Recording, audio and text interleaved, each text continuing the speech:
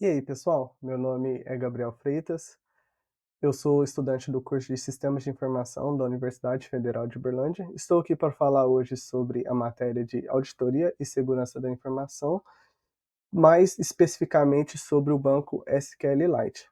O SQLite, para quem não sabe, é um banco que ele roda localmente, né? Então ele tem um arquivozinho .db ali, em que muitos dispositivos móveis, navegadores, que utilizam ele para gravar tanto cache quanto cookie, e também para gravar informações muito privilegiadas, né? Às vezes um login, às vezes um cartão, alguma coisa que roda ali dentro desse aplicativo. Então, ele é muito olhado pelo atacante, né? Então, ele pode rodar ali tanto no WhatsApp, no Telegram, que eu tenho certeza que eles têm um ponto .db, e se você tiver uma permissão a mais dentro do seu dispositivo móvel, você consegue ver esse arquivo.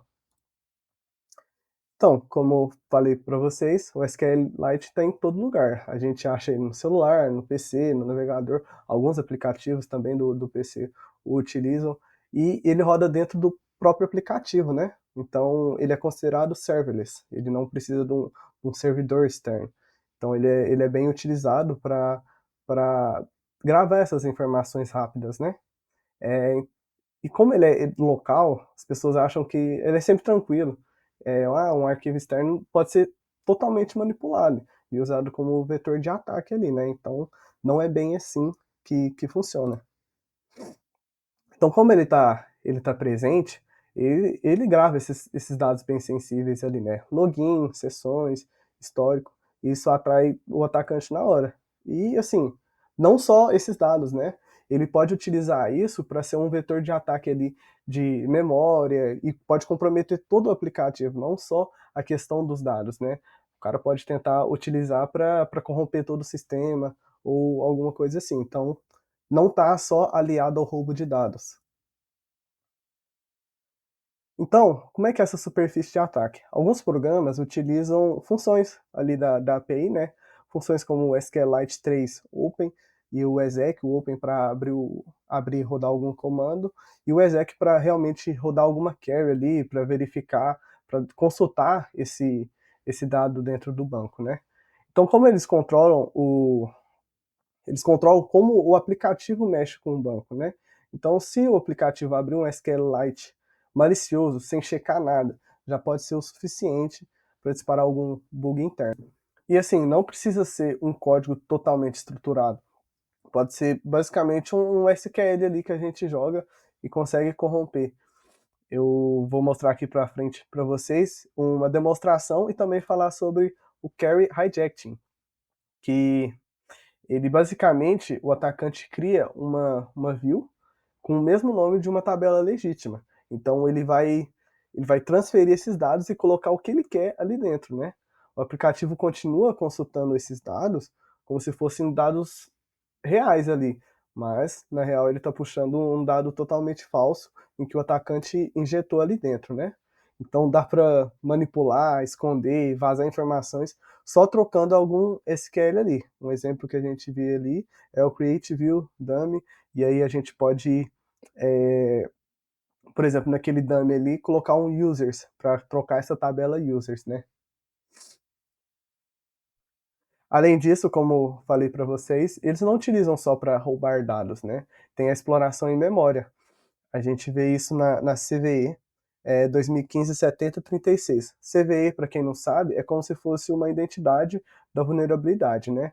Ela é controlada pela empresa chamada Mitre, que é uma organização dos Estados Unidos, em que controla, verifica, que recebe essas vulnerabilidades que muitas pessoas podem ir lá e cadastrar, e eles verificam se realmente é real, eles criam um plano para você solucionar, então é bem legal essa CVE. Esse FTS3 Tokenizer, o FTS significa Full Text Search. Então, ele é uma função utilizada para entrar ali dentro do banco e pesquisar alguma coisa. E o Tokenizer, ele faz como se fosse... Ele vai criando token de algumas palavras que você joga. Então, por exemplo, João joga futebol. O João vai ser um token joga vai ser um token, futebol vai ser um token. Eles utilizaram dessa artimanha para travar e crashar a aplicação ali, né? Então, ele pode até rodar algum código com SQL ali bem pensado. Então, você não precisa de um shellcode, de abrir alguma coisa ali. Não, é simplesmente uma query ali, né? Além de que ele é escrito em C e ele é muito vulnerável a memory corruption. Então, a corrupção de memória ali, em que você pode dar um buffer overflow justamente na memória para travar o aplicativo. Assim, o aplicativo pode tanto sair do ar ou trazer um bug ali sem um exception que vai te trazer alguma informação confidencial, né? Então, o pessoal utiliza muito dessas artimanhas para atacar. Além de que tem o Carry Oriented Programming, que tem a ver muito com a linguagem orientada a objeto. É como se fosse um Lego do mal. Eles vão estruturando várias carries, várias views e select de forma estratégica ali, para jogar diretamente na memória do SQLite, né? É um modo que o atacante criou para conseguir atacar ainda mais do jeito que ele quer, né?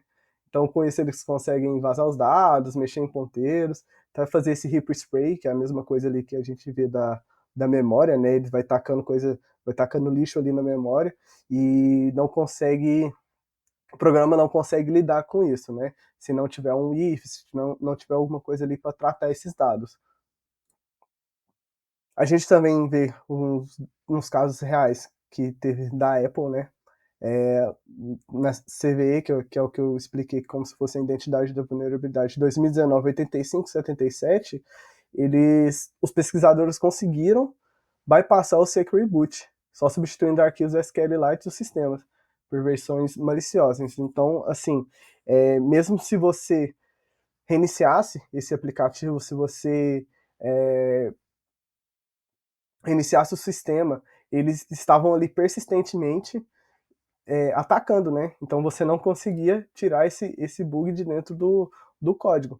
É, eles corrigiram, lógico, eles atualizaram assim bem rápido, né? Mas mesmo assim foi um bug que eles encontraram no SQLite. E assim, os aplicativos liam esses bancos e pronto, tomavam controle de tudo, né? Isso mostra que até a Apple e sistemas que são muito grandes assim, que a gente considera totalmente seguro, não é tão seguro assim, né? Então, a gente vê que os bancos locais, como o SQLite, não devem ser considerados totalmente seguros, né? Se o aplicativo consegue abrir um arquivo externo, ele já está ali pronto para receber alguma vulnerabilidade, né? Isso vale não só para o celular, quanto para o navegador, quanto para dispositivos móveis e para qualquer coisa que roda SQLite, né? Então aqui a gente tem a demonstração de carry hijacking, que é o que eu expliquei lá atrás, em que ele troca a view, a table por uma view, né? Então aqui eu criei uma aplicação em C totalmente vulnerável e que eu vou explicando aqui mais ou menos, ó. A gente vê que tem uns dados íntegros do banco, né? Quando a gente joga o setup. Quando a gente vê o tipo do objeto, a gente vê que ainda é table. Quando a gente dá um catch, ou seja, para conseguir ver o que tem dentro desse código, a gente vê que o SNPrintf ele concatena a entrada direto na carry. Então ele não tem essa sanitização antes de jogar esse código dentro da carry. É um problema gravíssimo, né?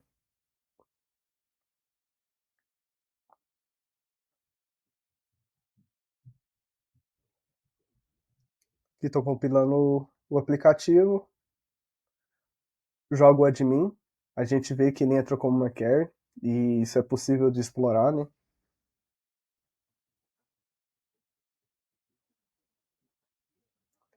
Que a gente fecha a carry com aspas e ponto e vírgula para burlar a falta de sanitização. A gente depois altera a tabela original para user backup, só para a gente ver ali certinho. Depois cria a view maliciosa, com o mesmo nome da table. Então é isso que a gente hackeia, né? E a gente só coloca o double if ali para anular o restante da carry. Verificamos que agora alterou de table para view o nome desse objeto, né? E a aplicação não consegue mais acessar os dados corretos, ele acessa os maliciosos. o atacante tem total controle, com transparência, e sem ele ser percebido. Então a gente vê que o carry hijacking é bem complicado, assim, justamente por não avisar a aplicação, né? Você joga ali dentro e o cara não consegue ver que você está ali dentro. Então quais são as boas práticas? O que a gente pode fazer para tentar tirar um pouco dessas vulnerabilidades, né? Ali o processo de sanitização é muito importante, então a gente sempre tem que validar a entrada antes de abrir alguma carry, abrir o banco ali. É sempre importante você não passar isso como código, né? Você passa isso de um jeito em que ele consegue ver, o banco consegue ver como código, mas não passa como código para a sua aplicação. Manter o SQLite atualizado, como a Apple fez, era basicamente só atualizar a aplicação e também rodar em isolamento ali, né, pro atacante, para dificultar um pouco do atacante, o atacante ficar um pouquinho mais limitado. Esse material que a gente utilizou aqui foi totalmente inspirado na apresentação do Homer Gun, da Checkpoint Research, é a empresa que ele trabalha.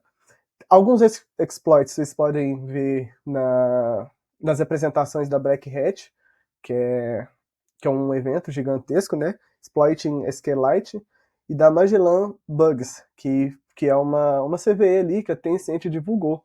Então é bem legal, tem uns demonstrativos, tem uns códigos, é bem interessante.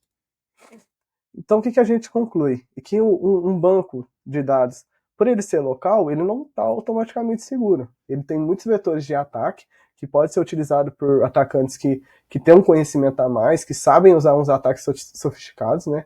E sempre exige validação, não só no SQL injection, né? Que no caso é o que a gente viu aqui.